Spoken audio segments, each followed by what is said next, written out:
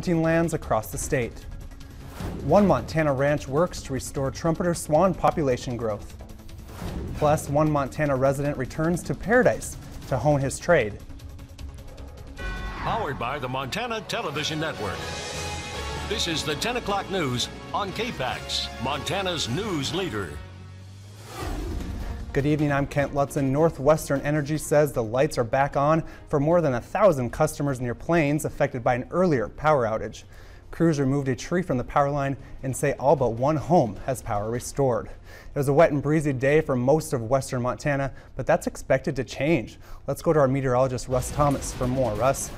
Yeah, the nice thing was that we did see rainfall, we did see winds, but the rain especially, a lot of it ended this morning, so we were able to get some sunshine this afternoon along with a few showers. Take a look at our satellite and radar imaging, and we're still going to see clouds rolling through western Montana this evening and overnight. However, for the most part, the rain is done. Maybe a raindrop here or there. Once we get into your Monday, especially during the afternoon, most of western Montana is going to be under a mostly clear and blue sky. So there's some good news to look forward to. As far as our temperatures go right now, we are sitting generally in the mid-40s, a few spots warmer, a few spots cooler. Not too cold tonight. We'll have your complete forecast coming up. Thanks, Russ. The 2017 fire season was extraordinarily brutal on western Montana's forests and ecosystems. With over 1 million acres burned, many hunters find themselves without their traditional hunting grounds. The beginning of rifle season for deer and elk means hunters are back out in force to gather venison or the big buck. Most active fires have associated land and are road closures, which means some public lands, trails, and roads will be off limits to hunters. With many burned areas across western Montana, hunters are noticing how fire season has impacted the concentration of hunters in non-burned areas, leaving them crowded. We have to be way more careful about where we shoot, where we aim, how we do different things. Shooting lanes. Yeah. We had to go to a few different areas because the areas that did get burned up and stuff, so we had to do a lot more scouting and stuff. But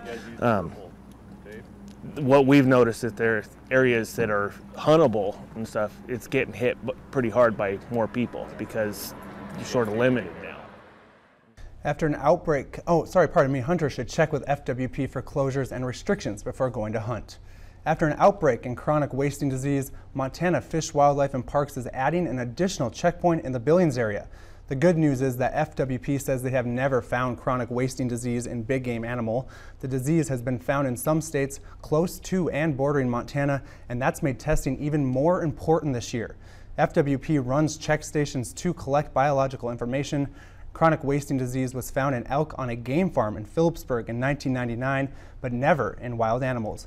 According to Fish, Wildlife and Parks, it's most likely to be found in mule deer, but it's also possible for whitetail elk and moose to get chronic wasting disease. In this particular area of the state, we don't believe there's a lot of cross-border movement, but we don't know that for sure. So we are going to test animals in all of the areas that border Wyoming this year, and if we do have CWD, those are the areas we're most likely to find it. The disease has been found in animals in Colorado, Wyoming, and South Dakota. For the 6th consecutive year, trumpeter swans were released in the Madison Valley, and in this week's outdoor report, Winston Greeley tells us how the restoration of swans is due to one ranch's conservation efforts. Last month, 4 trumpeter swans were released on the Granger Ranch's Odell Creek. This release is part of a multi-year effort to restore breeding trumpeters to the Madison Valley. And because the habitat has developed so well, it's just a benefit at many levels that we see these birds on the landscape that provide an indication that we've got some very healthy habitat, and that habitat has been the contribution of many, many people.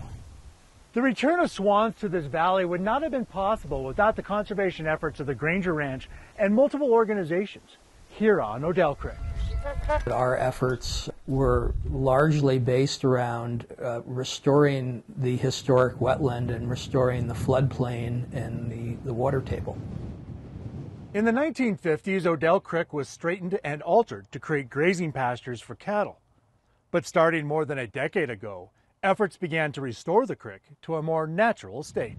It's been a huge surprise to me to see how quickly the area has restored, to see the response of so many different species. We have identified over 130 bird species, 200 plant species. The water temperature is improved. The fishery is clearly better.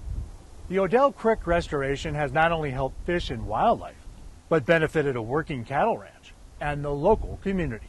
Here in the Madison Valley, we do get a lot of visitation, a lot of tourism, and a lot of those people want to hunt, fish, hike, look at the scenery, and what we've done on this ranch with our conservation efforts have improved all those values, not only for our operation, but really for the entire valley. I'm Winston Greeley, out among Montana's fish, wildlife, and parks. Biologists have released 29 swans on Odell Creek. In national news, the White House is still being questioned about condolence calls to families of fallen soldiers. CBS's Roxana Saberi is in New York with the story. President Trump continues to defend his conversation with the widow of a U.S. soldier killed in Niger. These are very, very hard calls. In an interview on Fox News, the president denied being anything less than respectful.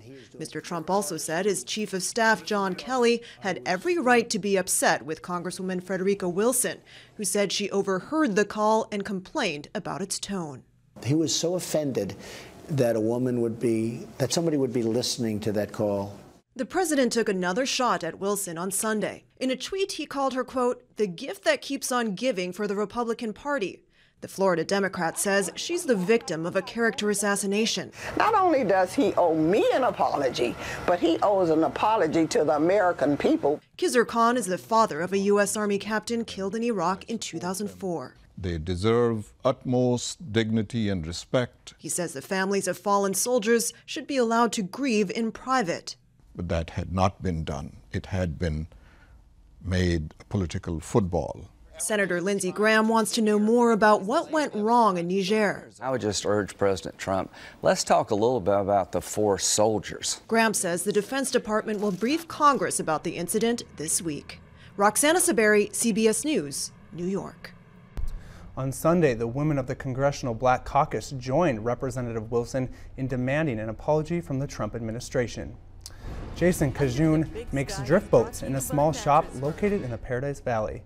Jason Cajun makes drift boats in a small shop located in the Paradise Valley. Cajun boats combine a unique aesthetic with the ruggedness required to navigate Montana waters. After leaving Montana to explore other opportunities, Cajun felt compelled to return to his home state.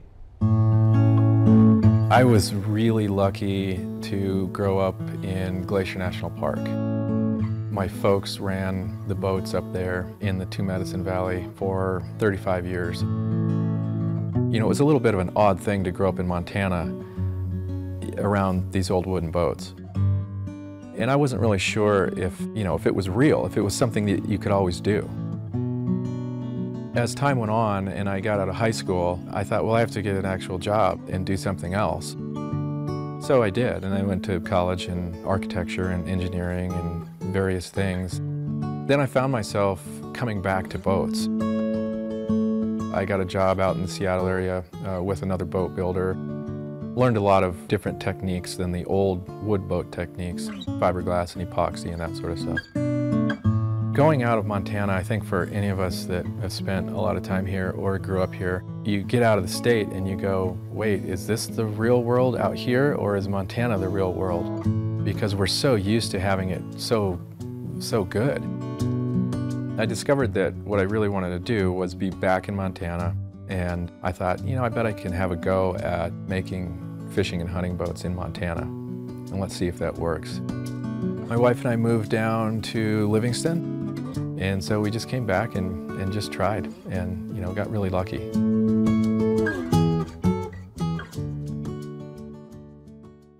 Tune in weekly during the Sunday 10 p.m. news, Monday Montana This Morning, and noon news for more special news features under the big sky. Stay tuned because after the break, meteorologist Russ Thomas will be in with a look at the forecast for the upcoming work week. Plus, zoo animals are enjoying a healthy Halloween snack. That story up next.